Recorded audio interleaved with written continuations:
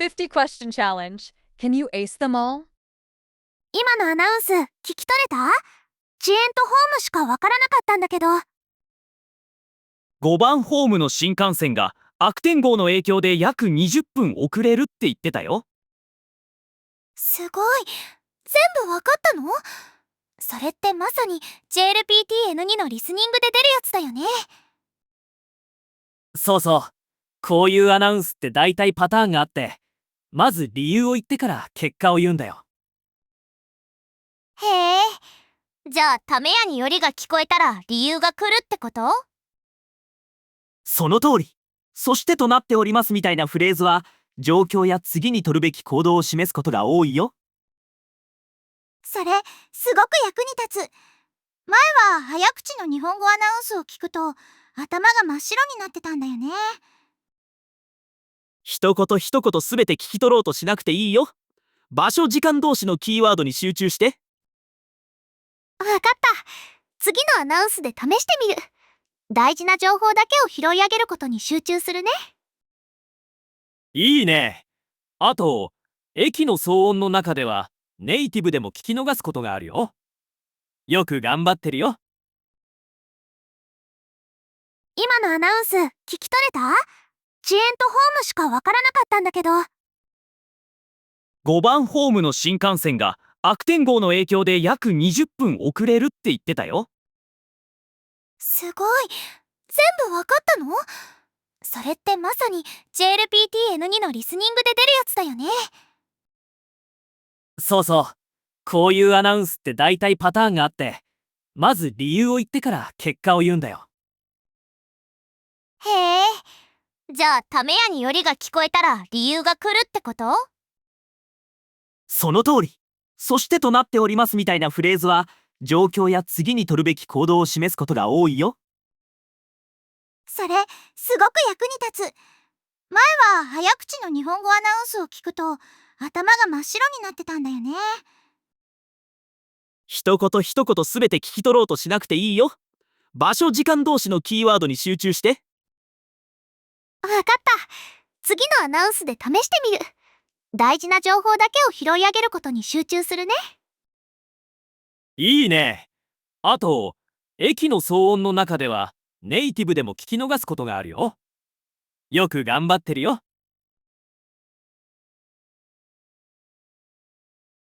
Part 2 fifths. Great job. 40 more phrases to go. ところで、職場の日本語のアナウンスってすごく堅苦しくて硬い感じがするんだけど。それは、フォーマルな日本語が日常会話とは全く違う語彙を使うからだよ。例えば気をつけてくださいが、アナウンスではすごく長い丁寧な言い回しになるみたいな。そう。ご注意いただきますようお願い申し上げますって、一つのフレーズに6段階の丁寧さが詰まってるんだよ。道理で公共のアナウンスが聞き取れないわけだ。本当に別の言語みたいに聞こえるもん。JLPT-N2 では、セクションによってフォーマルなアナウンスと砕けた会話の両方が出てくるよ。そういえば、長い会話のセクションが一番苦手なんだよね。会話がずっと続くから、集中力が切れちゃって。一番大事なコツは、音声が流れる前に問題を読んでおくことだよ。それってしていいの？いつも音声を先に聞かないといけないと思ってたんだけど。もちろん。問題をさっと読んで、理由決定気持ち、どれについて聞いているか把握しておいて。ところで、職場の日本語のアナウンスってすごく堅苦しくて硬い感じがするんだけど。それは、フォーマルな日本語が日常会話とは全く違う語彙を使うからだよ。例えば気をつけてくださいが、アナウンスではすごく長い丁寧な言い回しになるみたいな。そう。ご注意いただきますようお願い申し上げますって、一つのフレーズに6段階の丁寧さが詰まってるんだよ。道理で公共のアナウンスが聞き取れないわけだ。本当に別の言語みたいに聞こえるもん。JLPT-N2 ではセクションによってフォーマルなアナウンスと砕けた会話の両方が出てくるよ。そういえば、長い会話のセクションが一番苦手なんだよね。会話がずっと続くから、集中力が切れちゃって。一番大事なコツは音声が流れる前に問題を読んでおくことだよ。それってしていいの？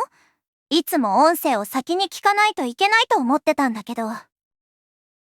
もちろん問題をさっと読んで理由決定気持ちどれについて聞いているか把握しておいて。 Part 3 fifths. Great job. 30 more phrases to go. それはすごく理にかなってるね。そうすると、長い音声の中で何を聞くべきか絞り込めるね。そう。そして最後のやりとりに特に注意して。そこに答えが隠れていることが多いから。これでかなり準備できた気がする。練習するのが楽しみになってきたよ。その調子。毎日本物の日本語コンテンツで練習するのが一番の上達の近道だよ。よし、一緒にもっとアナウンスを聞いてみよう。準備はいい？ケンジ、今朝電車でアナウンスが流れたんだけど、全然聞き取れなかったよ。どんなアナウンスだったの？駅のアナウンスは改まった表現をよく使うんだよ。事故による遅延について何か言ってたと思う。迷惑って言葉だけ聞き取れたんだ。それは大変ご迷惑をおかけして申し訳ございませんだね。改まった丁寧な謝罪の言葉だよ。なんで簡単な謝罪にそんなに複雑な表現を使うの？それはすごく理にかなってるね。そうすると、長い音声の中で何を聞くべきか絞り込めるね。そう。そして最後のやりとりに特に注意して。そこに答えが隠れていることが多いから。これでかなり準備できた気がする。練習するのが楽しみになってきたよ。その調子。毎日本物の日本語コンテンツで練習するのが一番の上達の近道だよ。よし、一緒にもっとアナウンスを聞いてみよう。準備はいい？ケンジ、今朝電車でアナウンスが流れたんだけど、全然聞き取れなかったよ。どんなアナウンスだったの？駅のアナウンスは改まった表現をよく使うんだよ。事故による遅延について何か言ってたと思う。迷惑って言葉だけ聞き取れたんだ。それは大変ご迷惑をおかけして申し訳ございませんだね。改まった丁寧な謝罪の言葉だよ。なんで簡単な謝罪にそんなに複雑な表現を使うの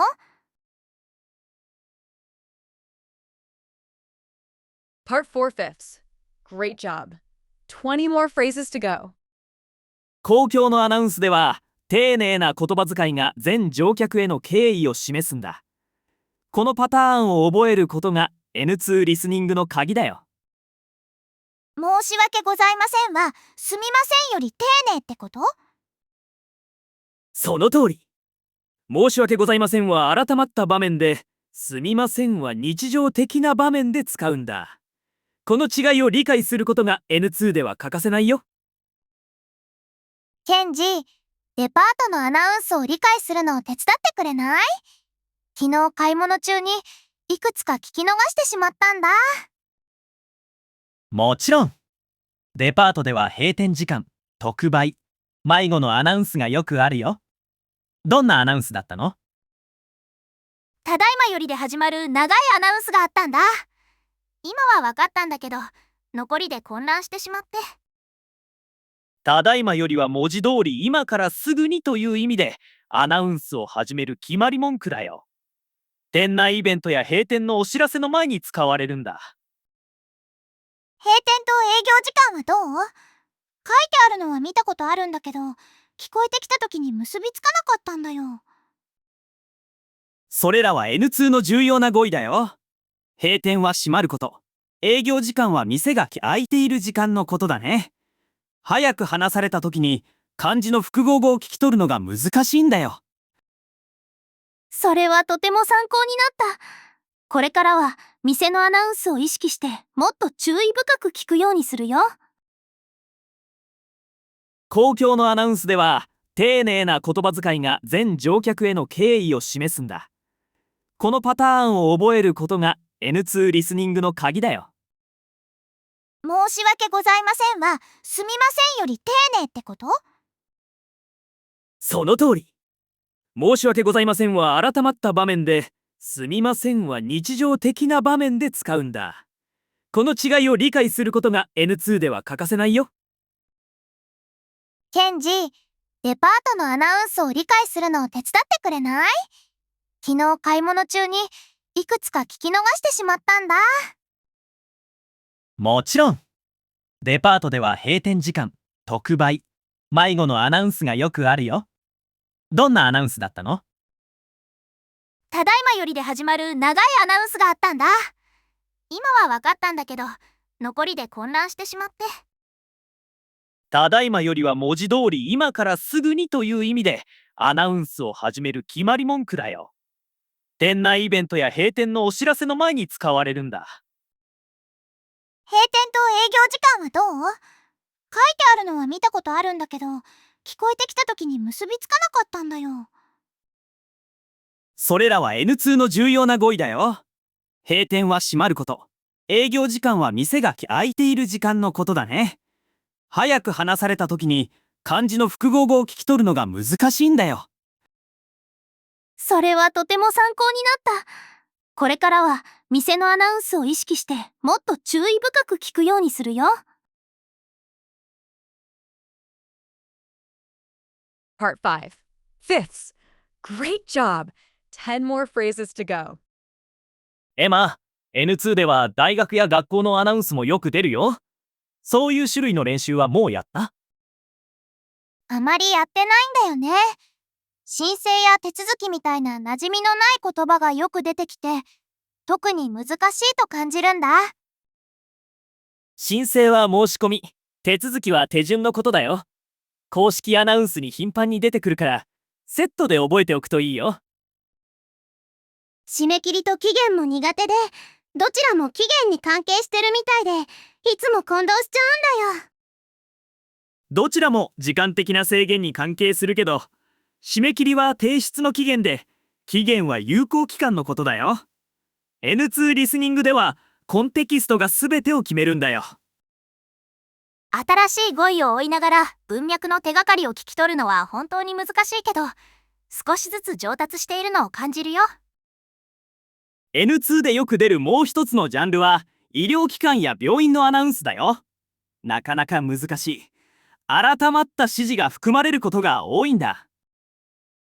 クリニックで受付や予約という言葉は聞いたことあるけど、リスニングのテストでどういう形で出るかよくわからなかったんだよ。受付は受付窓口や手続きをすること。予約は予約のことだよ。N2 ではアナウンスが指示を与えているのか、情報を提供しているのかに注目して聞くといいよ。毎日 N2 リスニングの練習を続けるよ。いろんなアドバイスをありがとう。ケンジ、本当に大助かりだったよ。エマ、N2 では大学や学校のアナウンスもよく出るよ。そういう種類の練習はもうやった？あまりやってないんだよね。申請や手続きみたいな馴染みのない言葉がよく出てきて、特に難しいと感じるんだ。申請は申し込み、手続きは手順のことだよ。公式アナウンスに頻繁に出てくるから、セットで覚えておくといいよ。締め切りと期限も苦手で、どちらも期限に関係してるみたいで、いつも混同しちゃうんだよ。どちらも時間的な制限に関係するけど、締め切りは提出の期限で、期限は有効期間のことだよ。N2 リスニングではコンテキストが全てを決めるんだよ。新しい語彙を追いながら文脈の手がかりを聞き取るのは本当に難しいけど、少しずつ上達しているのを感じるよ。N2 でよく出るもう一つのジャンルは医療機関や病院のアナウンスだよ。なかなか難しい。改まった指示が含まれることが多いんだ。クリニックで受付や予約という言葉は聞いたことあるけど、リスニングのテストでどういう形で出るかよくわからなかったんだよ。受付は受付窓口や手続きをすること。予約は予約のことだよ。N2 ではアナウンスが指示を与えているのか、情報を提供しているのかに注目して聞くといいよ。毎日 N2 リスニングの練習を続けるよ。いろんなアドバイスをありがとう。ケンジ、本当に大助かりだったよ。